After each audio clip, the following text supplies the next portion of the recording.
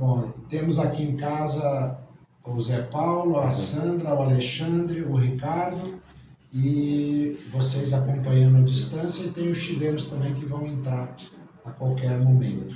Mas eu acho que a gente já pode começar. Podemos começar, Ricardo? Sim, professor. Você tem mais alguma coisa para ajustar aí? Não, para mim aqui tá perfeito. Os colegas tá bom também, o áudio, a imagem, né? Tá. Tudo bem, Marcos? Então podemos começar. Estamos entrando na era da modernidade, né? Da tecnologia. Fazendo a coisa, como é que é? Fazendo um evento híbrido, né? Que é acompanhamento remoto e presencial. Bom, boa tarde a todos, agradeço a presença de cada um de vocês. Hoje vamos falar do Monte Athos, que eu tive o privilégio de passar 2 semanas, nas primeiras 2 semanas de outubro. Visitei 5 mosteiros lá, 3 gregos, um russo e um sérvio. E eu dei o título dessa apresentação de a força teúrgica do Monte Athos pelo seguinte, porque de fato esse termo convém ao Monte Athos. Como muitas palavras, né, o Alexandre estuda letras na USP, como muitas palavras e conceitos que nós temos em português e outras línguas vêm do grego, a gente não dá conta disso, da quantidade de termos de origem grega, né? Diálogo, lógica, filosofia, metafísica, biologia e também teurgia. O que significa teurgia? São 2 raízes gregas, tel, que é Deus, e urgia, que é trabalho. Assim como metalurgia. Então, se metalurgia é trabalho com metal, teurgia seria trabalho com Deus, né? Então, o que são lugares, pessoas e objetos que têm força teúrgica. Então, é uma força supra-humana, né? Uma força divina. A teurgia é um termo de origem neoplatônica e seria quase um sinônimo do termo sufi baraka. Não é exatamente a mesma coisa, mas baraka, um termo sufi que significa influência espiritual, bênção, poder espiritual, também está associado a pessoas, a lugares, a objetos e às vezes até a animais que têm baraka, né? que tem essa força espiritual sobre-humana. E a teurgia é quase um sinônimo de baraka. Não é exatamente a mesma coisa porque tem uma sutileza aí que diz respeito à antiga tradição ariana da Grécia, né? Enquanto que o sufismo deriva de uma tradição semita. Mas seja como for, tem a ver com esse poder extra-humano associado a lugares, a pessoas e a objetos e até mesmo a animais. Então, daí que vem o título que eu dei para a apresentação, da força teúrgica do Monte Athos, porque justamente o Monte Athos, tudo ali é propício à contemplação. É como se o Monte Athos fosse uma encarnação de um ensinamento fundamental do Cristo que ele passou pela primeira vez para as irmãs de Lázaro, Marta e Maria. Marta, Marta, tu te preocupas com muitas coisas, quando só uma é necessária. Né? Então, Jesus aí está afirmando a superioridade da contemplação sobre a ação. Né? Então, o Monte Athos é uma corporificação desse princípio, da superioridade da contemplação sobre a ação. Isso não significa que os monges lá no Monte Athos, nesses 20 grandes mosteiros que tem lá, além dos mosteiros pequenos e das ermidas individuais, que os monges não trabalhem muito, mas eles seguem o princípio do monaquismo ocidental, digamos assim, do São Bento, de Múrcia, né? Ora e labora. Então, a carga de trabalho do monge é muito grande, tanto do ponto de vista religioso e espiritual. Por exemplo, nos grandes mosteiros, eles têm praticamente 8 horas de serviço litúrgico por dia, 4 horas de madrugada de manhã normalmente começa às 4 da manhã e vai até às 8, né? E os peregrinos acordam cedo para acompanhar esse serviço litúrgico e depois no final da tarde e começo da noite também. E ele só tem 2 refeições por dia, que é após as orações da manhã e após as orações noturnas. Então é uma carga pesada, mas alguns dos mosteiros são tão grandes, por exemplo, o Vatopédia, é um mosteiro maior, tem 140 monges, sem contar mais 50 ou 60 peregrinos que se renovam praticamente todo dia. Então você imagina a cozinha desse lugar, né? 140 monges mais 60 são 200 pessoas almoçando e jantando todo dia. Então uma parte dos monges está na cozinha preparando a comida, depois outra parte está na cozinha para lavar os pratos e os talheres, né? E uma parte está colhendo maçã, colhendo uva, fazendo vinho, arando a terra. Então e tem em Vatopédia, por exemplo, tem ateliê de ícones, né? E ateliê de produção de objetos litúrgicos e objetos religiosos. Então é assim, é um mundo, né? É uma pequena cidade com uma série de produções. Então o monge tem uma carga horária, tanto do ponto de vista do trabalho físico como do trabalho religioso, bastante intensa. Mas o Monte Athos, o mais importante dele é isso, quer dizer, é uma encarnação desse princípio da superioridade da contemplação sobre a ação. Na verdade, o Santo Tomás de Aquino, na Suma Teológica, ele fala o seguinte, que a contemplação é a forma mais perfeita de ação.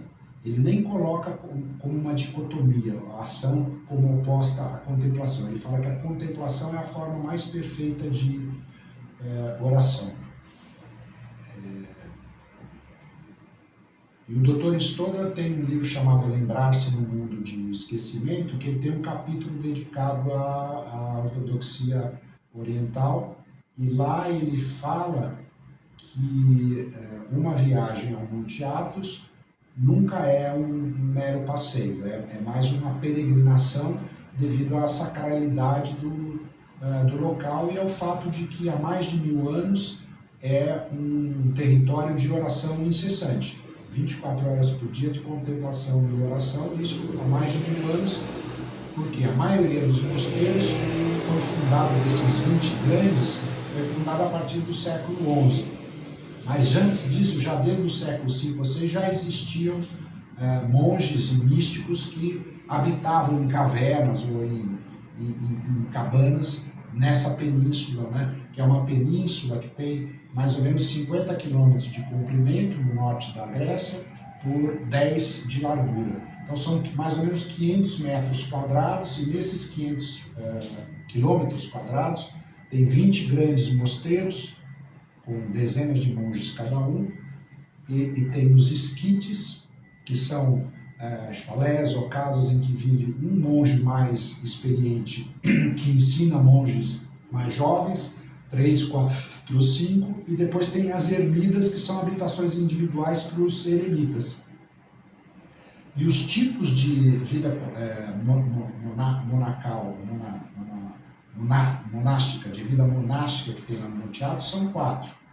Então tem o mosteiro cenobita, que também é uma palavra de origem grega, kenóbio, que significa bio é vida, e keno é comum, vida em comum. Então a maioria dos mosteiros segue esse ritmo cenobita, que é os monges fazem tudo junto, eles rezam junto, eles comem juntos e eles trabalham juntos. Então não tem, os monges não têm permissão de ter objetos pessoais na sua cela, e a rotina é toda marcada pelas determinações do abade, né?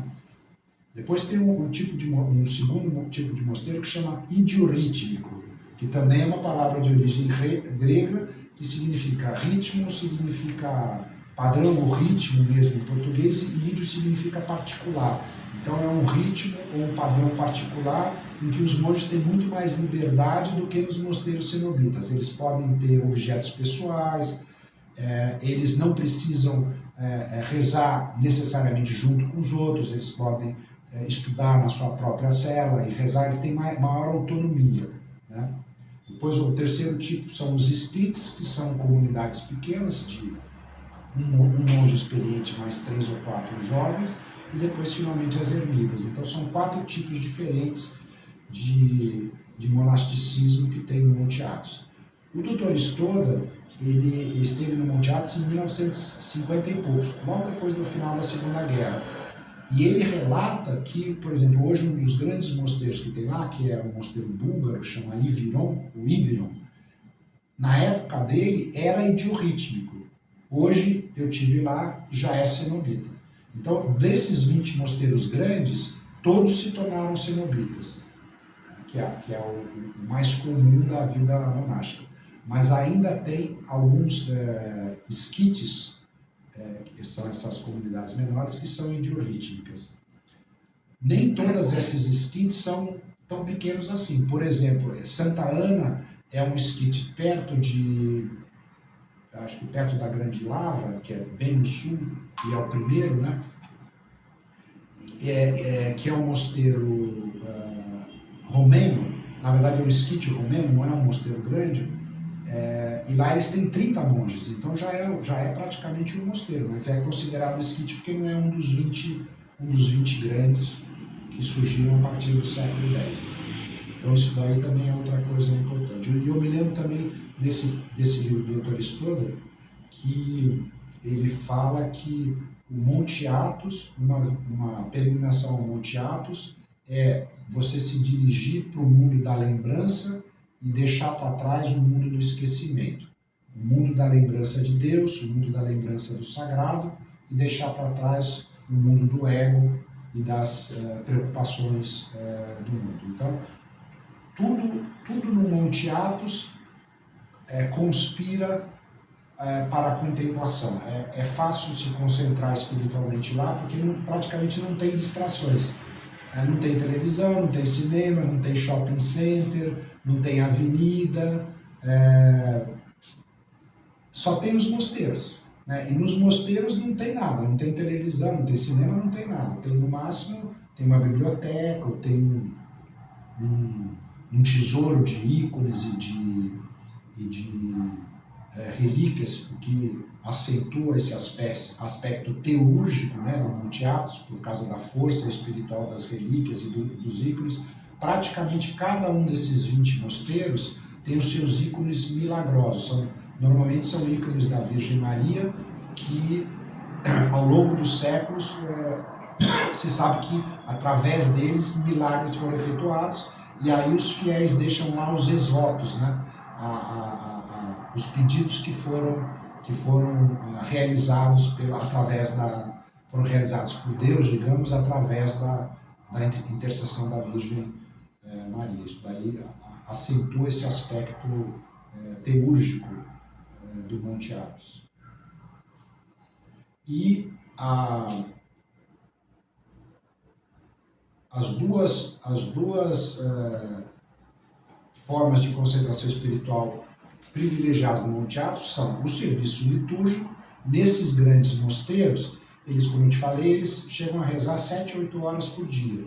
Mas o mais importante do ponto de vista espiritual é a oração de Jesus, ou é a reza do coração, que todos os monges fazem. Quanto mais independente e autônomo é o monge, mais ele se dedica à oração de Jesus. Nesses grandes mosteiros, se você tem que trabalhar no campo, digamos, e ainda por cima tem que participar das cerimônias litúrgicas de 8 horas por dia, não sobra muito tempo para você ter a sua oração individual, certo? E alguns dos monges até se queixavam disso, porque eu falei, mas e o tempo para a prece do coração?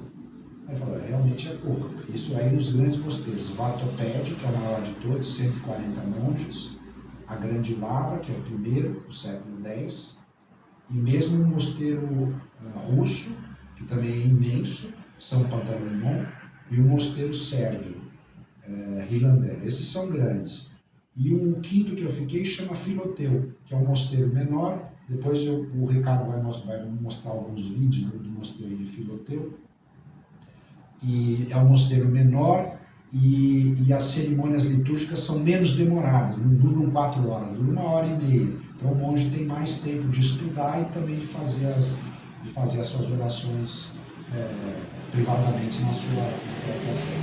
Mas além disso tudo, do aspecto religioso explícito, o Monte Athos é muito bonito, tem uma natureza exuberante e não estragada, né, pelas construções do mundo moderno. Então, o meio de transporte entre os mosteiros do Monte Athos é a pé ou de barco, né? Sendo que nos dois principais centros, ou seja, o Porto Dafne, né? Ali tem algumas estradas de terra que dão acesso ao Porto de Dafne, porque é do Porto de Dafne que a maioria dos visitantes chega e sai do Monte Athos. E a partir de Dafne você se desloca pelos vários mosteiros, ou de jipe, às vezes tem alguns jipes lá, mas as estradas são muito ruins, ou então de barco, mas às vezes as condições do mar não permitem que o barco circule, então você está um pouco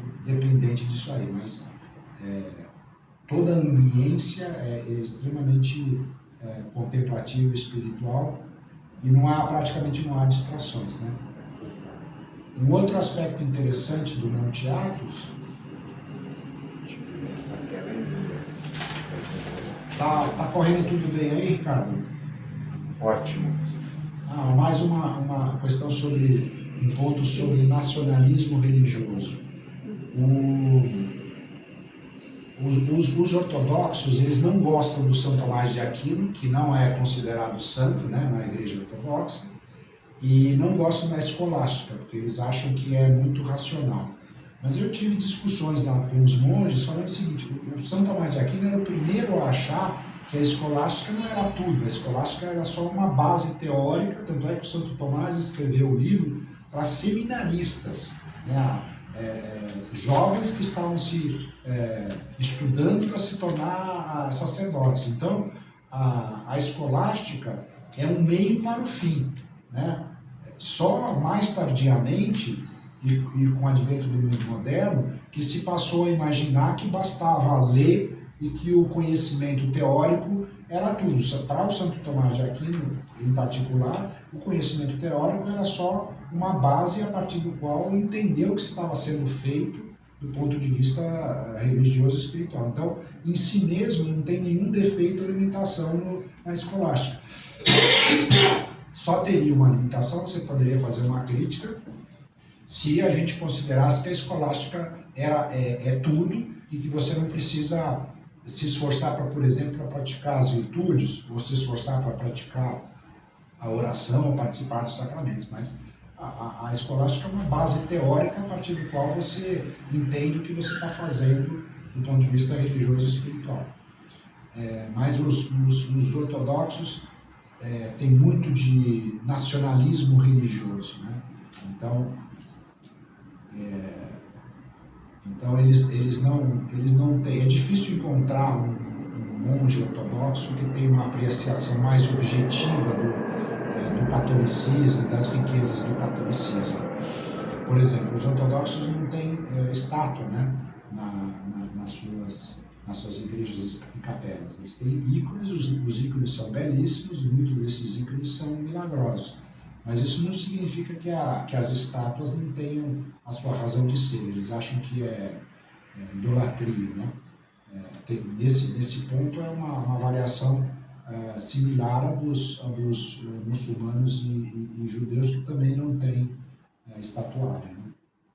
Então esse problema do nacionalismo religioso existe em toda parte. Não é porque a Igreja Ortodoxa está numa situação religiosa e espiritual muito melhor do que o catolicismo, porque a Igreja Ortodoxa não teve renascença, não teve iluminismo, não teve Concílio Vaticano II, mas não é por isso que a Igreja Ortodoxa é melhor em tudo do que as outras denominações cristãs, especialmente o catolicismo. Então existe muito nacionalismo religioso, né, no mundo ortodoxo. Mas eu encontrei alguns monges e padres. Vocês estão conscientes da diferença, né, entre monges e padres, né? Os monges, eles não ouvem confissão, eles não dão absolvição e eles não podem celebrar missa. eles não têm a ordenação sacerdotal. O sacerdote tem essa ordenação sacerdotal, então ele pode administrar os sacramentos. Então está um nível acima dos monges. Mas existem sacerdotes que são também monges. Então eu conheci alguns que vivem lá no Monte Athos, são sacerdotes, celebram a missa, ouvem a confissão e são monges também. Mas o monge, em geral, ele não é sacerdote, ele não celebra a missa, ele basicamente reza, ele estuda, ele trabalha e ele participa dos ofícios litúrgicos. E desses com os quais eu conversei, né, nesses 5 mosteiros, a maioria não tinha nenhuma apreciação das outras, do catolicismo, por exemplo, mas alguns tinham. Inclusive, eu conheci em Vatopédia um padre monge americano que tinha sido padre católico e aí, por causa do Concílio Vaticano II, aderiu à ortodoxia. Então, esse daí, ele conhecia profundamente o catolicismo e não era anticatólico como, digamos, a maioria dos clérigos orientais. E aquela famosa distinção que o João faz do filioque, em que a gente já viu aqui da outra vez, ele mostra qual é a diferença, como os ortodoxos e como os católicos entendem a questão do filioque. Então, o João coloca lá que o ponto no simbolismo metafísico universal simboliza o absoluto. Os raios que saem desse ponto simbolizam o infinito. E o círculo significa a perfeição. Então, Deus é absoluto, infinito e perfeito. Traduzindo esses 3 conceitos para a teologia cristã, o ponto é o Pai, Deus Pai. Os raios que saem desse ponto são o Espírito Santo, o infinito, a infinitude divina. E o círculo, que é a perfeição, né, que é o ponto, a perfeição do ponto, numa outra esfera, num outro domínio de ser, representa o Filho. Então, o ponto, os raios, o círculo. Pai, Espírito Santo e Filho. E aí o João diz o seguinte, que os ortodoxos, eles veem os raios saindo dos pontos, então eles dizem que o Espírito Santo deriva de Deus Pai só. E os católicos veem esse mesmo ensinamento depois do círculo ter transpassado, ter atravessado os raios que saem do centro do absoluto do Pai. Então, do Pai saem os raios do Espírito, da infinitude, e o Filho é o círculo. Teve um monge que eu tentei mostrar a compatibilidade entre as duas visões, e ele falou assim, se eu tivesse um revólver aqui, eu te dava um tiro. Você vê o nível de radicalidade. Mas isso foi um só. Porque eles acham que o filioque, os ortodoxos acham que o filioque é a maior das heresias que poderia existir na face da Terra. Mas tem alguns que entendem, tanto é que, para alguns que eu citei essa visão, que eu acho genial do João, eles até concordaram, faz sentido, faz todo sentido. São 2 maneiras de ver uma mesma realidade. E depois, ainda por cima, se você historicamente tem conhecimento que o filioque não existia no começo. Filioque significa que o Espírito Santo deriva do Pai e do Filho, né? E ele foi introduzido muitos séculos depois. Nos primeiros concílios da Igreja não tinham nenhuma referência ao filioque, e a Igreja Universal rezava o credo dizendo que o Espírito Santo vinha do Pai apenas, não do Pai e do Filho. Depois, a Igreja Católica só aceitou oficialmente o filioque no século XI, né? Só no século XI. Mas o filioque foi crescendo por causa da presença islâmica na Península Ibérica. Por quê? Porque os muçulmanos, ou a teologia islâmica, não têm condições estruturais ou sistêmicas de aceitar que Deus, que é o absoluto e transcendente, tem um filho. Então, a teologia judaica, a teologia islâmica, a própria tem essas amarras, eles não podem nem conceber, porque Deus é absolutamente transcendente, ele não pode ter um filho. Então, e os muçulmanos passaram, dominando a Espanha e Portugal, eles passaram a divulgar a tese islâmica que Jesus foi um grande profeta, mas não Deus, nem filho de Deus. Então, os cristãos portugueses e espanhóis, para se contraporem a essa tese islâmica, começaram a afirmar mais vigorosamente a divindade de Jesus Cristo. Então, começaram a rezar no credo o filioque, que o Espírito deriva do Pai e do Filho, porque o Filho é Deus também, né? Só que o Filho não é Deus como Deus é, como Deus Pai, ele é Deus encarnado. Então, tem a teologia católica convencional concebe a Trindade de um ponto de vista puramente horizontal, né? Deus Pai, Deus Filho, Deus Espírito Santo. O Pai é Deus, o Filho é Deus, o Espírito Santo é Deus. Cada um tem as suas particularidades, mas a teologia católica não aprofunda essas particularidades. Enquanto que o Schwann, por exemplo, ele diz que existe uma teologia, uma trindade horizontal, que é essa da teologia, mas existe também uma trindade vertical, que é o seguinte: Deus Pai, Deus Filho e Deus Espírito Santo. Por quê? O próprio credo não diz que Jesus é gerado, não criado. Então, quer dizer, que Jesus não é uma criatura humana como os outros homens. Mas Deus Pai não é nem gerado nem criado. Então, existe uma superioridade, né? Existe uma hierarquia. Deus Pai está acima de Deus Filho, porque Deus Filho é gerado a partir de Deus Pai. Então, é preciso conciliar o que em mística eles chamam de antagonismos, né? Ou visões antagônicas que você de alguma maneira precisa conciliar na sua cabeça. Então existe uma trindade horizontal, que a teologia convencional aceita, mas existe também uma teologia vertical em que existe uma monarquia divina em que Deus Pai é superior às outras pessoas, pelo menos sob certo aspecto. Mas Jesus e o Espírito Santo são consubstanciais ao Pai, ou seja, a mesma substância divina do Pai. Mas não obstante há uma hierarquia, né?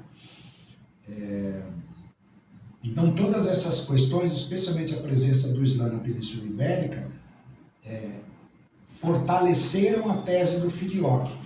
Os ortodoxos nunca aceitaram o filioque. E os ortodoxos também, mais tarde, viveram sob domínio islâmico. Porque a Grécia, por exemplo, e todo ali o leste da Europa, passou durante praticamente 4 séculos sob domínio turco-otomano, mas isso bem mais tarde, né? Porque os muçulmanos dominaram a Península Ibérica a partir de 712, ou seja, século VIII, e saíram de lá no século XV. E na Grécia não, eles dominaram a Grécia a partir da tomada de Constantinopla em 1453, a partir dos meados do século XV, né? E aí a Grécia retomou a independência dela no século XIX, só. Então, foram 4 séculos de domínio islâmico. Mas isso aí é um outro contexto histórico, né? No começo, até o século XV é uma coisa, depois do século XV é outra, né? Aí acabou a Idade Média, começa a Renascença e depois o Iluminismo. Bom, então ficou clara essa questão dos tipos de vida monástica, né? Cenobita, idiorítmica, esquite e as ermidas. O método de realização espiritual principal lá no Monte Athos, é o que eu já falei, a oração de Jesus, a oração do coração, coisa que nós já vimos também aqui num dos nossos encontros, a questão das três categorias principais de oração, né? A oração individual, a oração canônica e a oração do coração. Não vou entrar nisso agora para não fugirmos do nosso tema principal. Mas eu fiz uma pequena pesquisa, né, para essa apresentação de hoje, e eu vi que São João Clímaco, que viveu no século VI, que foi abade do século VI, ou seja, antes do grande cisma, antes da separação da Igreja Ortodoxa da Igreja Católica. E o São João Clímaco, ele, na Escala Paradises, né, que é o livro mais conhecido dele, a Escada do Paraíso, ele faz uma crítica, inclusive, aos monges que só participam de serviços litúrgicos em que tem salmodia, cantos, etc., orações em geral, e que não se dedicam à oração de Jesus. E aí ele fala que o monge exicasta é aquele que se dedica prioritariamente à oração de Jesus, e não ao serviço litúrgico. E o que é o exicasmo? O exicasmo é a principal escola, o método espiritual que se segue no Monte Athos, né? Vem do termo grego exéquia, ou seja, quietismo, né? Seria quietude.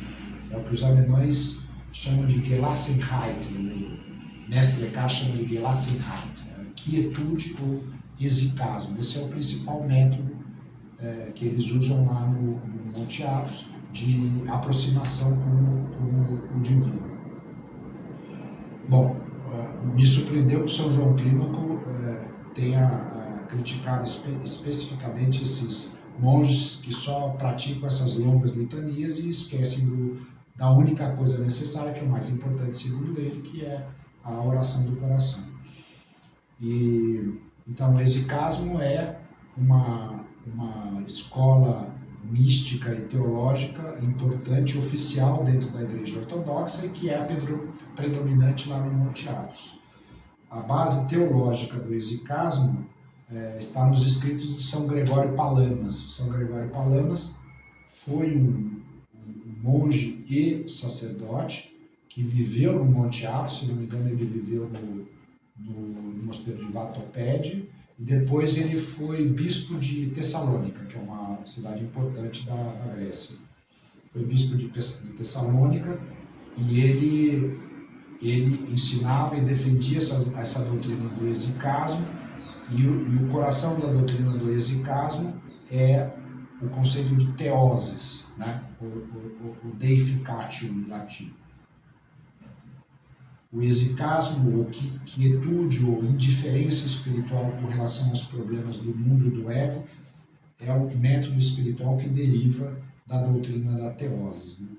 Na prática, o exicasmo é a oração do coração conjugada à prática das virtudes fundamentais, que são a veracidade, ou seja, apego à verdade, independente dos nossos interesses pessoais, generosidade ou caridade, e humildade ou vacário Deus, o vazio para Deus.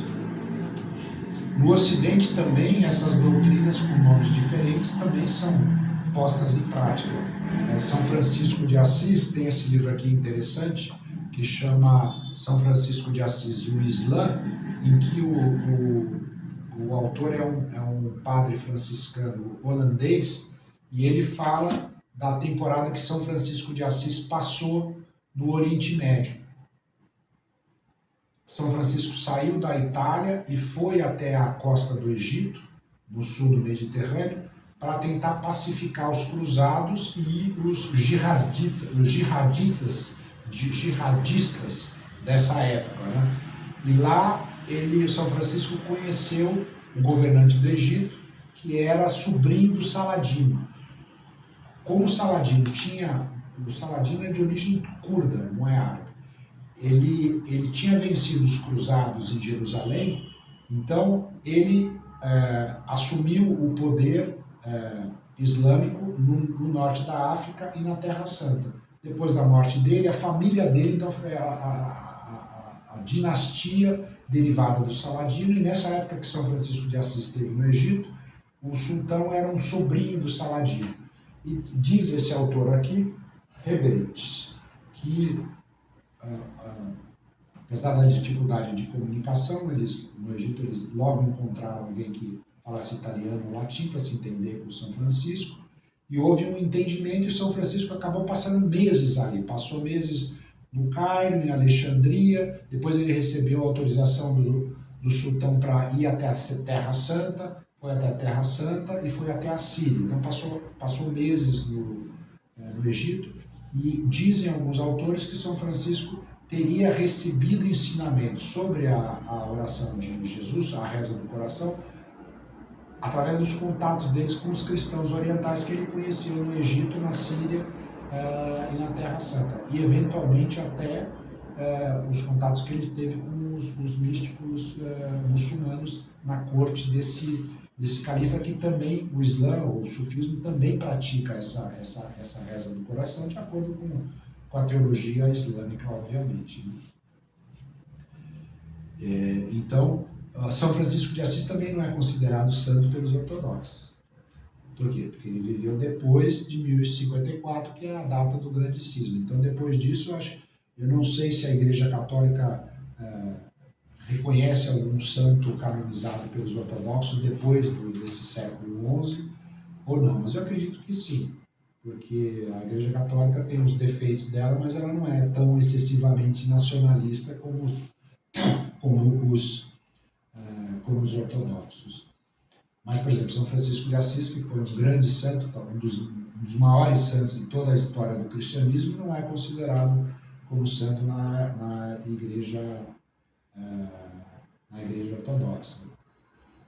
E São Francisco foi um desses homens no Ocidente cristão que praticava a oração de Jesus de uma maneira, um método diferente da maneira que é praticada no Oriente cristão, mas de maneira, em termos fundamentais, é a mesma prática, digamos assim.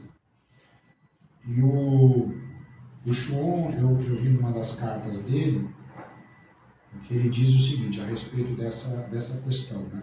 Ele, em alguns dos livros dele, ele aborda essas diferenças entre a ortodoxia e o catolicismo, especialmente no ensaio A Questão do Protestantismo, que aí ele fala dessas três principais escolas do cristianismo, né? Quer dizer, na verdade, o João especifica, onde 2 ou 3 estiverem reunidos em meu nome, como disse o Cristo, eu estarei no meio deles.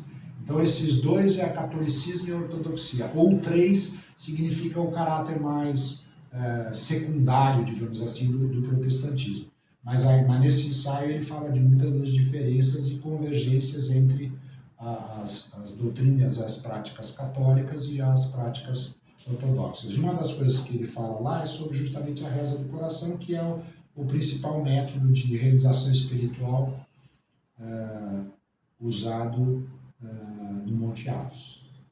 Aliás, esse conceito é um conceito guenoniano pelinianista, né? Quando eu usei lá no Monte Athos, o pessoal falou, o que você quer dizer com realização espiritual? Né? Eu falei, é um conceito guenoniano, chuaniano, que significa santidade, ou significa teoses, ou deificatio, como os ortodoxos preferem falar, mas eles entenderam, né, esse conceito de realização espiritual. Então o Chuon nota lá nessas cartas que a oração do coração é ao mesmo tempo a prece do homem e a resposta de Deus. É bem profundo isso. Então a oração do coração é a questão do homem e ao mesmo tempo a resposta de Deus. Que Deus e o homem se encontram na prece do coração. Da parte do homem a fé e a intenção. E da parte de Deus a verdade e a misericórdia. João diz mais, toda a religião está nesse encontro. O critério mesmo da religião é que ela garanta integralmente esse encontro entre Deus e o homem, tanto do ponto de vista do indivíduo, como do ponto de vista da sociedade. Então, um dos critérios para você avaliar a legitimidade de uma religião é que ela garanta esse encontro entre o homem e Deus, através da oração. O João escreveu também que a reza do coração, ou a invocação do nome santo no cristianismo, é um encontro entre a indagação humana e a resposta divina. Quer dizer, na própria oração já está a resposta de Deus. Neste encontro, não, entre o homem e Deus, não há dúvida nem inquietação. Através desse encontro, sejamos indiferentes aos problemas do mundo e do ego. A santa indiferença é feita de certeza e de paz. Tudo isso no Chuon. E a santa indiferença é o exicasmo, é a quietude, o Gelassenheit. Uma outra frase de Chuon que eu que eu tirei do livro de cartas dele. Quem quer ter razão a todo preço no plano pessoal, perde a serenidade e se afasta da única coisa necessária. Quem quer ter razão a todo preço no plano pessoal, perde a serenidade e se afasta da única coisa necessária. Os negócios desse mundo não trazem senão problemas, e os problemas afastam de Deus. As questões desse mundo não trazem senão problemas, e os problemas afastam de Deus. Quer dizer, a gente perde a serenidade, né? Para encerrar, então, a minha colocação, depois a gente faz um debate, né? Se vocês tiverem alguma dúvida, alguma questão a respeito desse tema, a gente continua. Que é as razões de ser, né? Então, do Monte Athos. Então, a primeira razão de ser do Monte Athos é presença espiritual invisível no mundo. Mesmo que o Monte Athos não produzisse nada, não tivesse toda a riqueza litúrgica, iconográfica, em termos de manuscritos, em termos de oração, de produção teológica, só a mera existência do Monte Athos como um lugar de contemplação e de oração já passa uma mensagem, uma baraca, uma força teúrgica para o mundo da presença de Deus, da presença do sagrado lá. Esse é o ponto mais importante, né? Depois, o Monte Athos é você vivenciar o Monte Athos. Eu gostaria até de ter ficado mais tempo, fiquei 2 semanas, gostaria, quem sabe se tiver a oportunidade eu voltarei. Que é você vivenciar uma sociedade tradicional. E aí também um conceito guénoniano, um conceito originalmente concebido pelo Guénon. O que é sociedade tradicional? A sociedade tradicional é aquela em que todos os aspectos da vida têm uma conotação espiritual, né? Não apenas o sistema moral, a teologia, a mística e os ritos, mas também a roupa que nós vestimos, a música que nós escutamos, a nossa psicologia, o urbanismo, a música, as artes, a cultura em geral, tudo está interligado, tudo faz lembrar de Deus. Então, o Monte Athos é uma sociedade tradicional nesse sentido, como existia na Idade Média europeia até 500 anos atrás. E seguidores de outras religiões têm acesso, não integral, mais ou menos, a uma sociedade tradicional. Por exemplo, o Tibete. A China invadiu o Tibete em 1959. Antes disso, o Tibete era uma sociedade tradicional, e muito parecida com o Monte Athos, no sentido de que quem governava o Tibete eram os monges, né? Dalai Lama é um monge de uma das ordens que tem mosteiros lá no Tibete. Então, quem conheceu o Tibete até 1959 conheceu uma sociedade tradicional em que tudo estava voltado para